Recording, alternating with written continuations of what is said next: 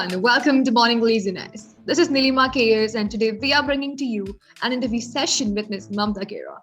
Morning Laziness is an online magazine dedicated to women. It showcases various articles, personal life stories, and interview sessions on different matters concerning women. And today, our interviewee, Ms. Mamta, happens to be a leadership coach, consultant, as well as the founder of Legally Renegade. So let us welcome my interviewee. Hello, Mamta. Hi, how you doing? I'm doing good. How are you doing today? Yeah, I'm very well, thank you. It's lovely to be here. Thanks for inviting me to speak to you. Great. It's our pleasure to have you here on board with us today. Well, since you're on board with morning laziness, let us begin the questions. How do you normally kickstart your morning routine? So morning routine is I will do my gratitude. So I'm really into gratitude and stuff. So I like to kind of think about what I'm grateful for. And I think that's really important when you're not feeling so great. It's just to think about, all the things that I have achieved and what I want to do in the day. So I'm quite mindful of that. I might do a bit of journaling as well, maybe sort of 5-10 minutes of, thoughts that came from my dreams or how I like to set up my day. But then if I'm delivering like a big training session or coaching, I might do some exercise in the morning. It's not every day, but it's like some days where I need to get myself going for sure. So I do that. And the most important thing for me in the morning is to have a cup of coffee with my partner to catch up and before we get on with our day. So I think that's the most important thing for me, is to have that coffee. Right. And journaling is a great way to begin your day. I personally love doing journaling. And in a way, it just helps to jot on all the thoughts that you have filled in your brain and just to start afresh for the new day. Absolutely. I think everyone should do it, but we don't do it enough, I don't think. Right. Well, now how are you coping up with the pandemic lately?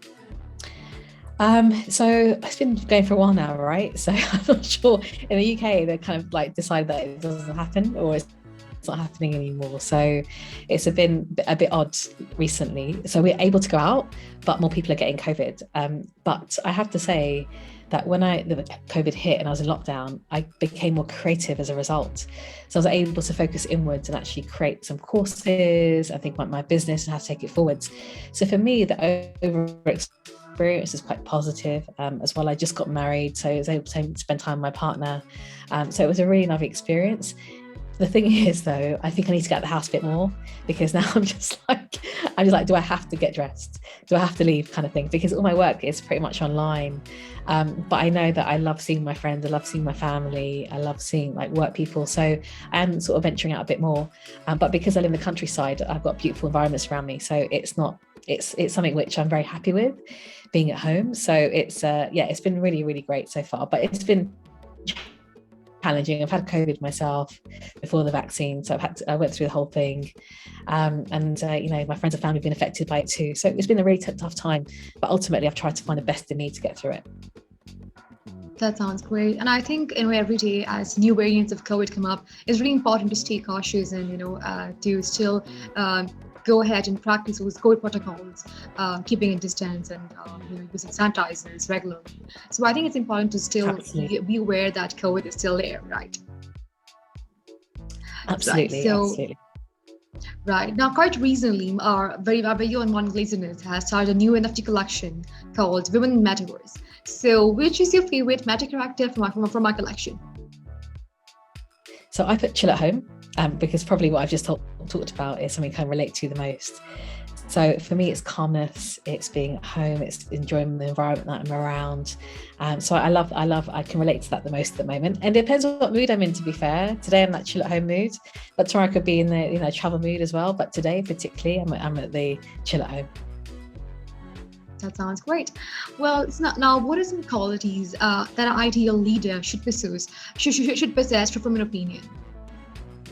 So I think the first thing a leader should possess is good self-awareness and high emotional intelligence. So when you're self-aware, you're then in tune with what other people are thinking, so what they're feeling, what their thoughts are, what your thoughts are as well. So I think self-awareness is very key.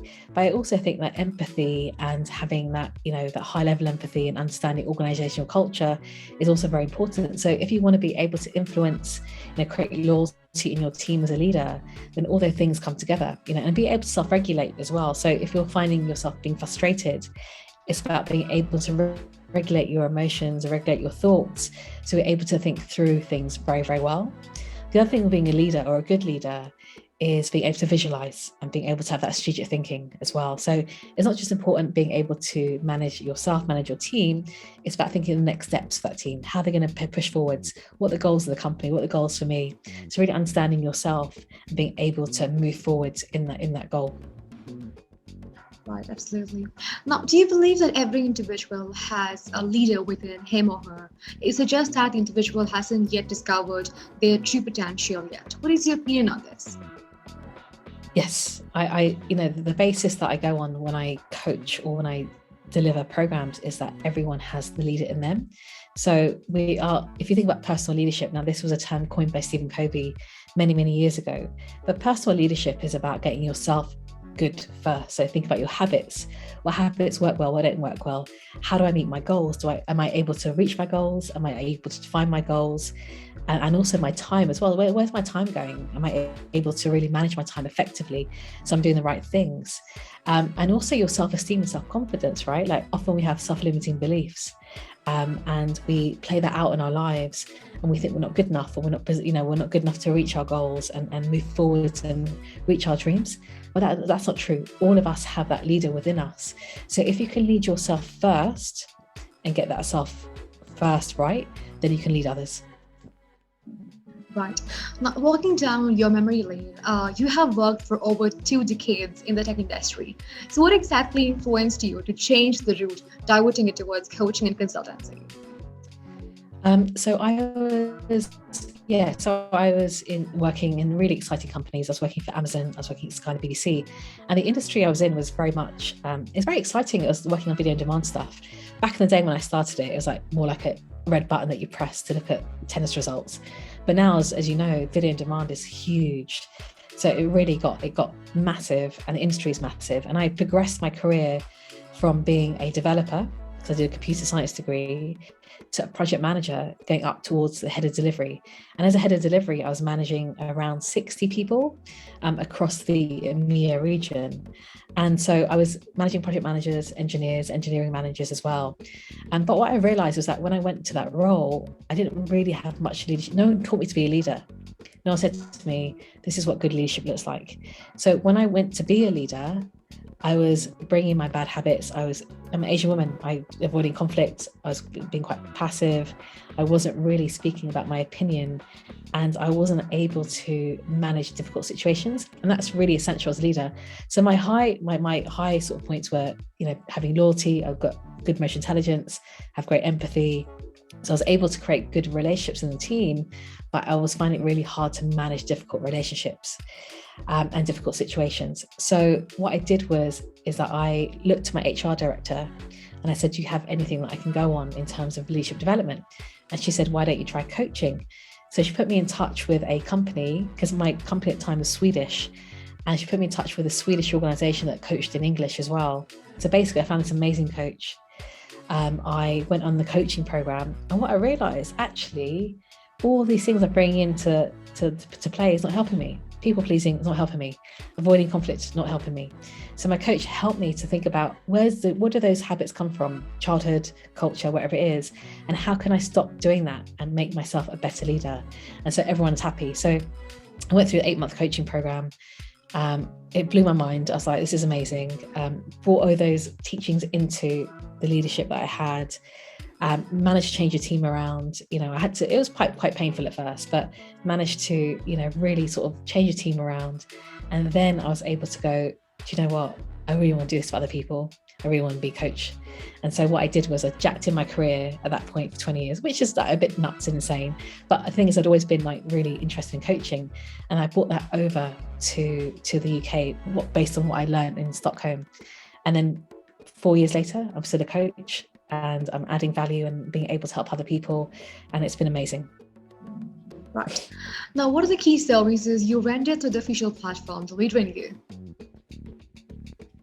So I offer various services. So my core offering is one-to-one coaching and also group coaching. So we have an 8-month program for both of those.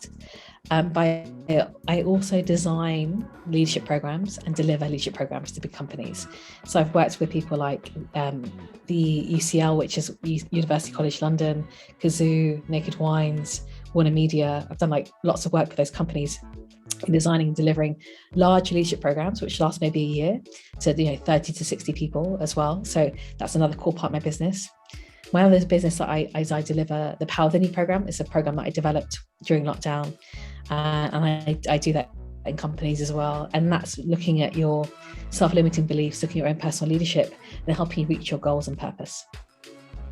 Right. Now, are you planning to launch something new for your clients this year?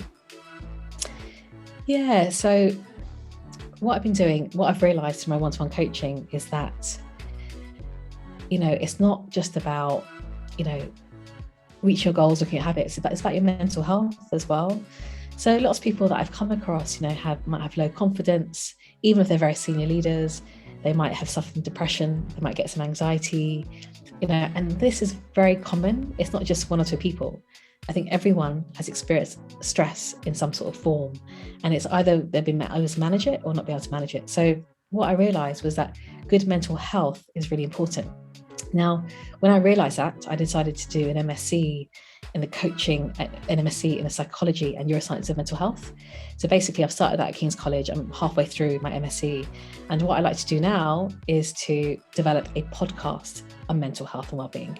So I'm hoping that will go live in the next month or two, because I'm sort of, at the moment, sort of thinking about the themes, thinking about the speakers, I think about how we can push it forwards. So yeah, I'm going to be launching a mental health podcast in the coming weeks. That sounds brilliant. Now, talking about podcast, how is your podcast, That Texture, going on lately? What are the topics that you mostly talk about?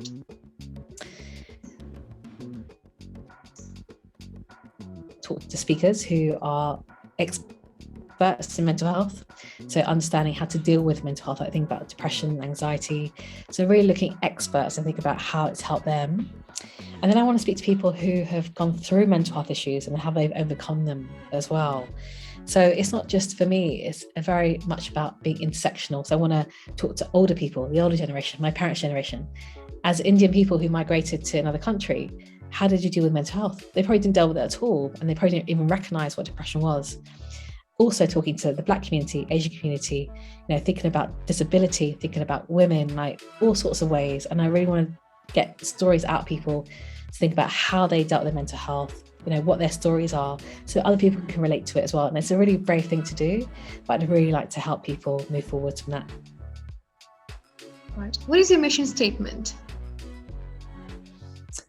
So I guess my mission is to empower, is to guide and enable everyone, including young people and underrepresented people, so communities that haven't got that voice, to reach their full potential, to give them the tools and knowledge to reach their goals, their purpose, become confident and inspired leaders, because I think everyone is able to do that as well. So I want to help people who aren't heard to have that opportunity.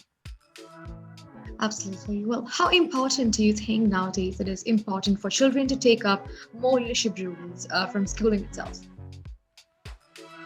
Yeah, I know it's particularly in the UK, it's quite archaic, our education system. I don't think it's moved on, and it should. It's like, of course you need to teach kids about, maths, English, all that sort of stuff, right? It's very, very important. But what I think is missing is how to be a leader, like, understanding how to instill work ethic, knowledge, emotional intelligence, all the things that are needed to be a leader. And I think if children are given the opportunity to look at themselves, I don't think it's the coaching, I don't think what I do is just for adults. I think it can be for young people as well.